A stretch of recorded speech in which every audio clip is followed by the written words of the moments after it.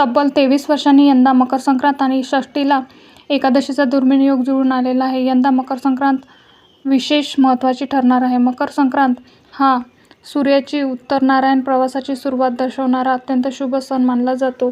या दिवशी सूर्य मकर राशीत प्रवेश करतो, त्यामुळे या सणाला विशेष धार्मिक आणि आध्यात्मिक महत्त्व आहे. मकर संक्रांतीच्या दिवशी केलेली पूजा आरोग्य, समृद्धी आणि पुण्यप्राप्ती करते. या दिवशी पहाटे लवकर उठून तीळ उठण्याने अभ्यंग स्नान करावे. त्यानंतर नवीन वस्त्र परिधान करून देवघरातील देवाची विधिवत पूजा करावी. देवाला तिळाचे लाडू, गूळ आणि तिळगुळाचा नैवेद्य अर्पण करण्याची परंपरा आहे. पूजेनंतर एकमेकांना तिळगुळ देत तिळगुळ घ्या, गोड गोड बोला असे म्हणण्याची देखील आपल्या शास्त्रात प्रथा आहे. एकादशी आणि संक्रांत एकत्र आल्यावर हे केल्यास पुण्य नष्ट होते. शास्त्रात स्पष्टपणे सांगितलेले आहे किंवा इशारा दिलेला आहे. आपण वर्षभरात अनेक सण साजरे करतो, अनेक उपवास धरतो, पण तुम्हाला माहीत आहे का, जेव्हा हरीची एकादशी आणि सूर्याची संक्रांत असा दुर्मिळ योग जुळून येतो तेव्हा ब्रह्मांडातील ऊर्जा प्रचंड बदललेली असते. अशावेळी नकळत केलेली एक छोटीशी चूक तुमच्या जन्मोजन्मीच्या पुण्याचा नाश करू शकते. हो, तुम्ही अगदी बरोबर ऐकले. शास्त्रात याबद्दल स्पष्ट इशारा दिलेला आहे. आजचा हा व्हिडिओ तुमच्या आयुष्यातील सर्वात महत्त्वाचा व्हिडिओ ठरू शकतो, कारण आज आपण त्या गुपितबद्दल जाणून घेणार आहोत जे सहसा कोणीच सांगत नाही. त्यामुळे तुम्ही हा व्हिडिओ शेवटपर्यंत नक्की पहा आणि चॅनलवरती नवीन असाल तर सबस्क्राईब करा आणि व्हिडिओला एक लाईक करून कमेंटमध्ये श्री स्वामी समर्थ किंवा ओम नमो भगवते वासुदेवाय नमः असे नक्की लिहा. तर व्हिडिओला सुरुवात करूया. एकादशी म्हणजे विष्णूची प्रियतिथी आणि संक्रांत म्हणजे सूर्याचे संक्रमण. हे दोन्ही काळ शुद्धीकरणाचे आहे. पण मग असं काय घडते की ज्याने तुमचं पुण्य शून्य होतं? अनेक लोक म्हणतात की उपवास केला, दानही केलं, मग आमचं काम का होत नाही आहे? तर याचं उत्तर दडले एकादशी आणि संक्रांतीच्या त्या मिलनात, जिथे नियमांची अदलाबदल झाली की अनर्थ होतो. आज मी तुम्हाला अशा 5 गोष्टी सांगणार आहे ज्या या दिवशी तुम्ही चुकूनही करू नका. शेवटची गोष्ट तर इतकी महत्त्वाची आहे की ती नकळत पाळल्यास घरात लक्ष्मी कधीच टिकणारच नाही. एकादशीला तांदूळ वर्ज्य असतो हे आपल्याला माहीत आहे, पण संक्रांतीला आपण तिळगुळ आणि खिचडीचा मान देतो. जर या दोन्ही तिथी एकत्र आल्या तर काय खावे, काय खाऊ नये? शास्त्रात सांगितलं आहे की जर तुम्ही एकादशी धरली असेल तर संक्रांतीचे अन्न दुसऱ्या दिवशी ग्रहण करा. एकादशीच्या दिवशी अन्नाचा कणही पोटात जाणं म्हणजे पुण्य नष्ट होणं आहे. होय, संक्रांत म्हणजे गोड बोलण्याचा सण, पण जर एकादशीच्या दिवशी तुम्ही कोणाबद्दलही वाईट बोललात किंवा कोणाचा अपमान करतात तर तुमच्या एकादशीचे फळ तर ते जातेच, पण संक्रांतीचा दोष तुम्हाला लागतो. या काळात वाणी अत्यंत शुद्ध हवी.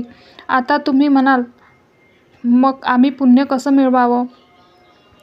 या दुर्मिळ योगावर काही विशिष्ट उपाय आहे जे तुमची रखडलेली कामे पूर्ण करू शकतात. नंबर 1. उपाय पहिला, तुळशीचा उपाय सांगते. ऐका. एकादशीच्या दिवशी तुळशीला पाणी घालू नका, पण संध्याकाळी तिळाच्या तेलाचा दिवा मात्र तुळशीजवळ नक्की लावा. यामुळे विष्णू आणि सूर्यदेव दोन्हीही प्रसन्न होतात.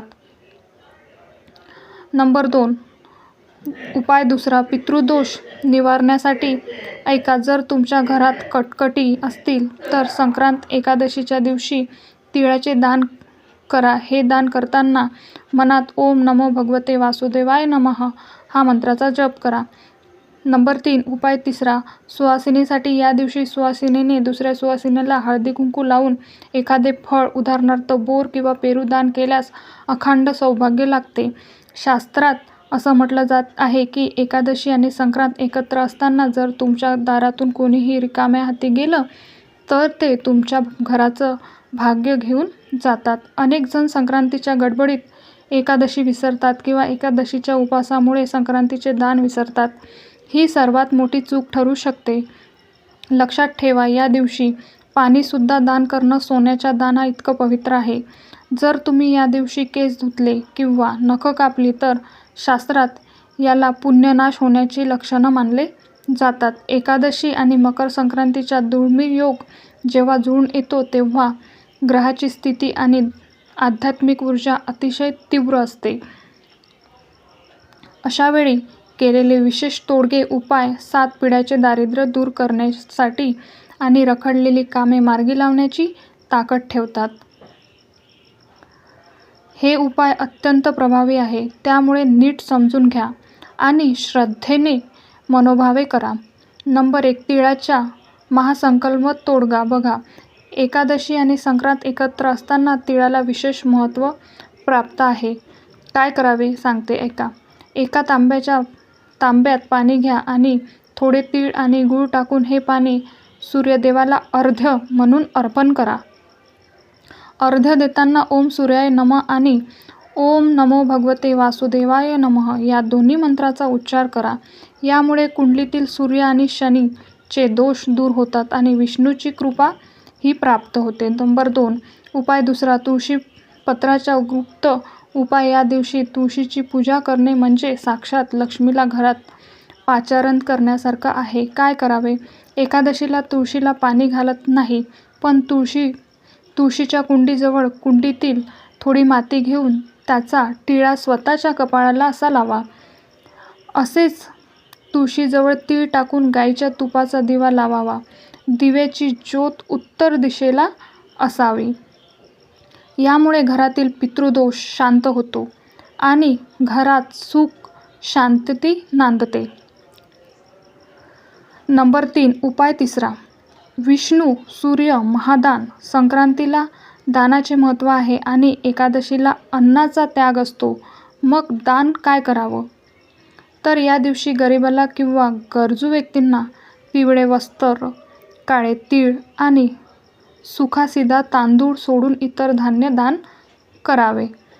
जर शक्य असेल तर गाईला हिरवा चारा आणि थोडे गूळ तीळ खाऊ घाला.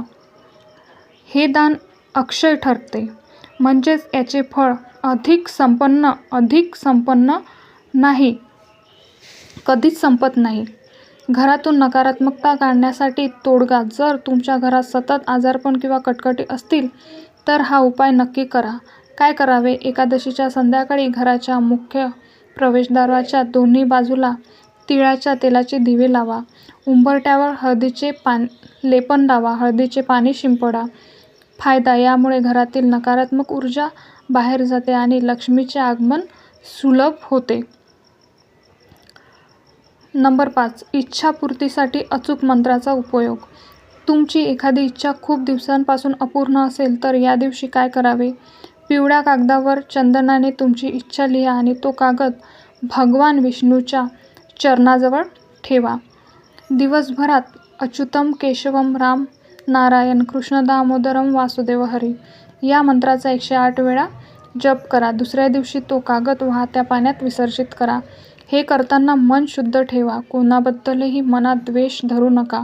शास्त्रात सांगितलं आहे की जेव्हा आपण दुसऱ्याचे भले इच्छितो तेव्हा ईश्वर आपले भले आपोआप करतो. तेव्हा हा श्रद्धेचा भुकेला असतो. पण नियम ही शिस्तीसाठी असतात. एकादशी आणि संक्रांतीचा हा संयोग तुमच्या आयुष्यात सुख समृद्धी घेऊन येवो हीच ईश्वरचरणी प्रार्थना. हे मनापासून पाळा. मकर संक्रांतीच्या तुम्हाला सर्वांना खूप खूप शुभेच्छा. तिळगुळ घ्या आणि गोड गोड बोला. मकर संक्रांतीच्या सणाविषयीचा हा व्हिडिओ तुम्हाला कसा वाटला. व्हिडिओ आवडला असेल, व्हिडिओतील माहिती उपयुक्त वाटली असेल तर व्हिडिओला एक लाईक करा आणि चॅनलला सबस्क्राईब करून आम्हाला प्रोत्साहित करा. तसेच आपण सर्वांनी हा व्हिडिओ संपूर्ण पाहिल्याबद्दल आपण सर्वांचे मनपूर्वक आभार. धन्यवाद. श्री स्वामी समर्थ. जय जय स्वामी समर्थ.